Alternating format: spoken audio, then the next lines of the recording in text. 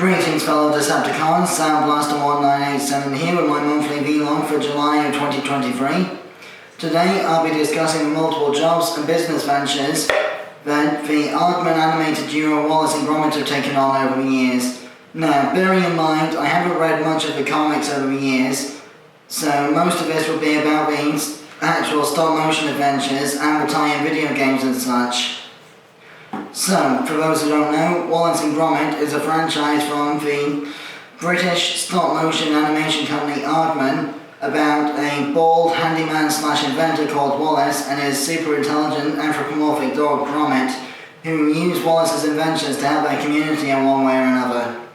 Sometimes this just involves Wallace freelance selling his inventions to help people, and sometimes it means actual paid work.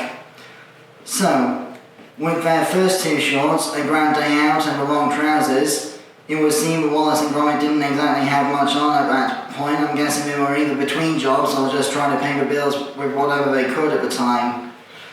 Because the whole point of The Long Trousers was that Wallace was struggling to pay the bills. It wasn't until A Close Shave when we actually saw their first job, the Wash and Go window cleaning service, which was also the first appearance of multiple Thunderbirds references throughout the franchise, which I'll touch on in a future video.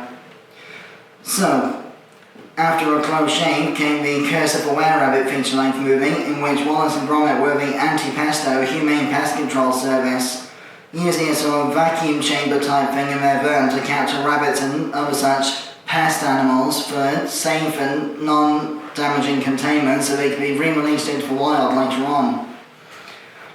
Then, in the final short film as of this point, A Matter of Loaf and Death, they were of course the Top Bun baking company, using a refitted Anti-Pesto van as their bakery delivery vehicle. And then of course after that was for tie-in video games. The Curse of the Were-Rabbit video game for PlayStation 2 enabled players to play as Wallace, Gromit and of course the anthropomorphic rabbit Hutch that was accidentally mutated into a copy of Wallace where his brain got mashed up in the mind manipulation and Matic and Bunback 6000 incident. Hutch is only playable during the night time because of Wallace's transformation into a were-rabbit, but Gromit is playable in both day and night forms.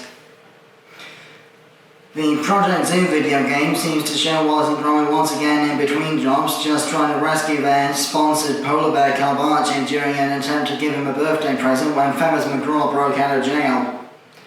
Feathers McGraw is the penguin and bank robber from The Wrong Trousers, for those who don't know. Then, of course, come the Grand Adventures video games for PC. In Part 1, Fright of the Bumblebees, they are the From Bee to You honey making service that go around delivering their own homemade honey to people. In the second component, The Last Resort, Wallace and Gromit open up their home, 62 West Wallaby Street, as a B&B to the local community, due to the bad weather disrupting people's holiday plans in the area. In Part 3, Muzzled, Wallace had invented an Infini-Flavour ice cream truck with a flavour engraver that could create literally any flavour of ice cream out of a provided flavour sample, which Gromit was able to use to get out of a particularly tricky situation during a pie eating contest. And finally, in Part 4, The Bogeyman cometh, Wallace and Gromit's golden retrieval finding lost items service ended up accidentally leading to Wallace becoming the chairman of the Prickly Thicket golf community in their local area.